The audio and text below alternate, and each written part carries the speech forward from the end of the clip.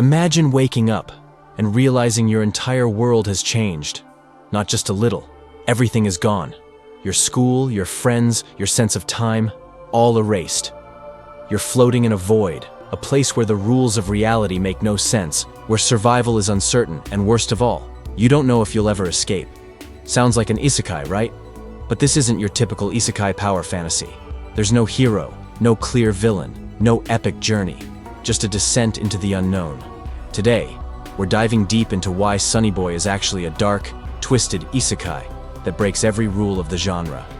We'll explore its hidden symbolism, eerie world building, tragic character fates, and the terrifying truth behind its ending. So sit back, because this is about to get weird, psychological, and maybe even a little disturbing. First, let's break down what makes an isekai. Well, an isekai. Normally, you have three things: a protagonist transported to another world, a clear mission or goal, overpowered abilities or game-like mechanics that help them survive.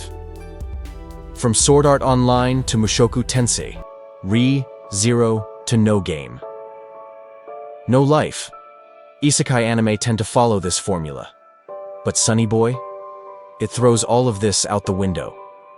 Instead of a new world filled with adventure, the students find themselves in a barren void, a dimension that feels more like purgatory than paradise.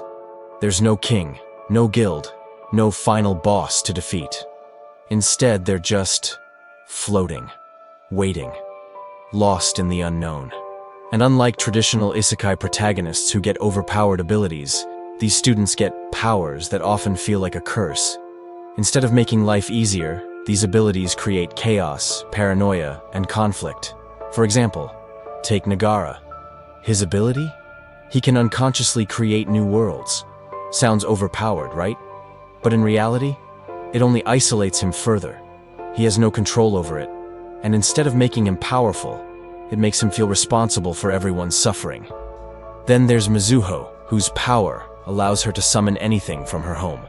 Sounds useful, until you realize it's just a painful reminder of a life she'll never return to. Instead of empowering the characters, the isekai elements in Sonny Boy push them toward despair. The students don't become heroes. They become prisoners of an endless, meaningless existence. Now let's talk about the terrifying unpredictability of Sonny Boy's world.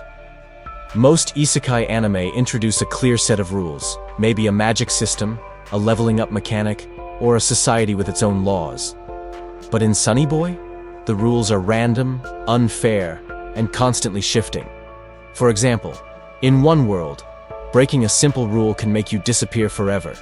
In another, students are trapped in an endless baseball game, doomed to play for eternity. One of the most chilling examples? The world where shadows replace students who disobey. Imagine breaking a small rule, something as simple as stepping out of line, and suddenly, your real body disappears while a lifeless shadow takes your place. You can still see yourself, but you're no longer you. It's like watching yourself die in real time. These rules aren't just inconvenient, they're existential nightmares. And worst of all, they don't seem to serve any real purpose. It's as if the universe itself is just playing with them. No reason, no logic, just chaos. That's what makes Sonny Boy so terrifying. Unlike most isekai, where there's at least some goal or escape, here, the students don't even know what they're fighting against. Now, let's take this even deeper, because if Sonny Boy is an isekai, then it's not just dark, it's an anti-isekai in every possible way. Think about it. Why do people love isekai anime? It's because they give us an escape fantasy.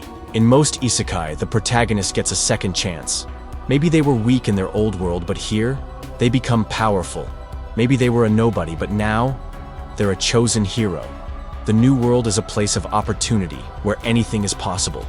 But in Sonny Boy, this isn't a second chance, it's a death sentence. From the moment the students enter this dimension, they start losing their humanity. Not in the sense of turning into monsters, but in a more horrifying way. They lose their sense of time.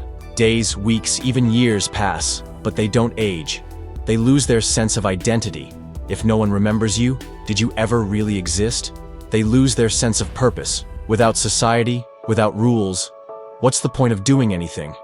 And unlike most isekai where teamwork leads to survival, in Sonny Boy, the more they stay together, the more they tear each other apart. We see this with the power struggles between the students. Some try to control others, enforcing meaningless rules out of fear.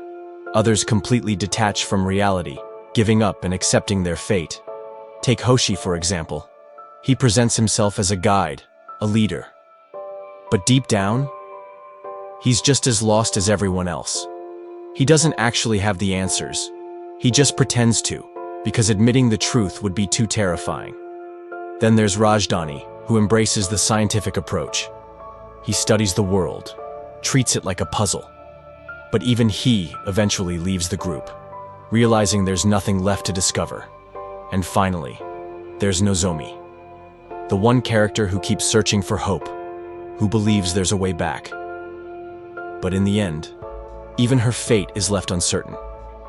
This is why Sonny Boy feels so unsettling. Because unlike a normal isekai, where the protagonist finds a new home, a new family, or a new purpose, here, the characters don't get any of that. Instead of growing stronger, they become more disconnected. Instead of learning the rules, they realize there are none.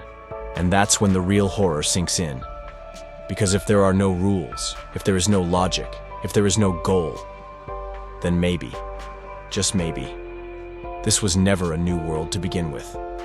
Maybe this is just a void, a place where lost things fade away, a place where they were never meant to survive. And that brings us to the most chilling part of all, the ending. In most isekai stories, we get a sense of resolution. Maybe the protagonist chooses to stay in the new world. Maybe they find a way home. Either way, there's a clear conclusion. But in Sonny Boy, the ending raises more questions than answers. We see Nagara seemingly return to the real world. He's back in school. The sky is blue. Everything looks normal. But is it? Think about what we've seen throughout the series. We've seen dimensions where time loops endlessly. We've seen places where people's memories are erased. We've seen worlds where your entire existence can be rewritten. So how do we know that this real world is actually real? Let's analyze the clues. 1. The absence of the other students. One of the biggest red flags is that none of the other students are there. Where are they? Did they die? Did they escape to another dimension? Or were they simply erased from existence? This is terrifying because it suggests one thing.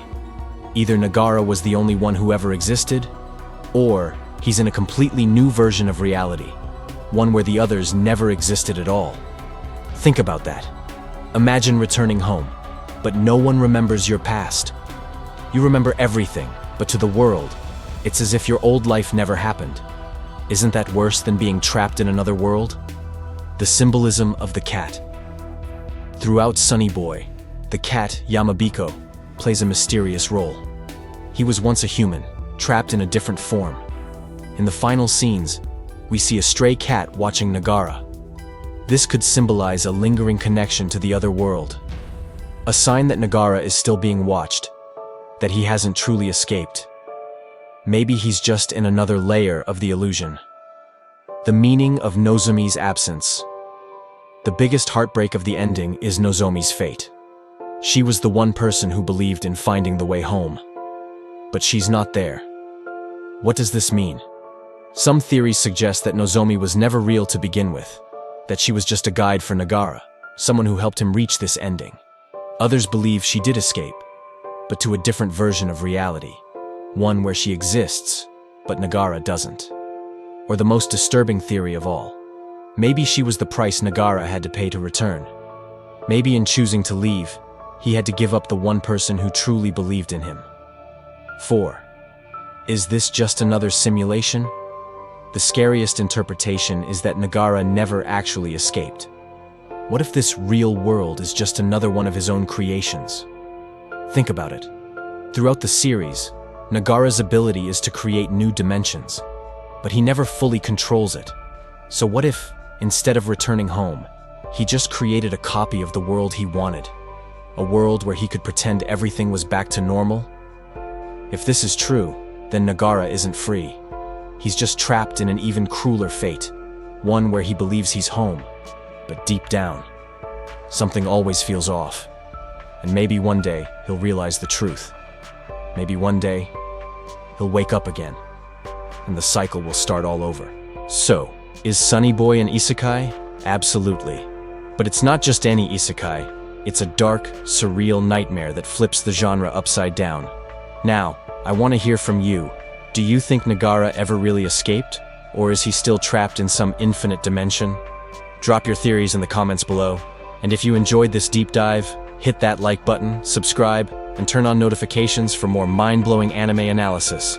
Until next time, stay curious, stay questioning, and beware of strange voids.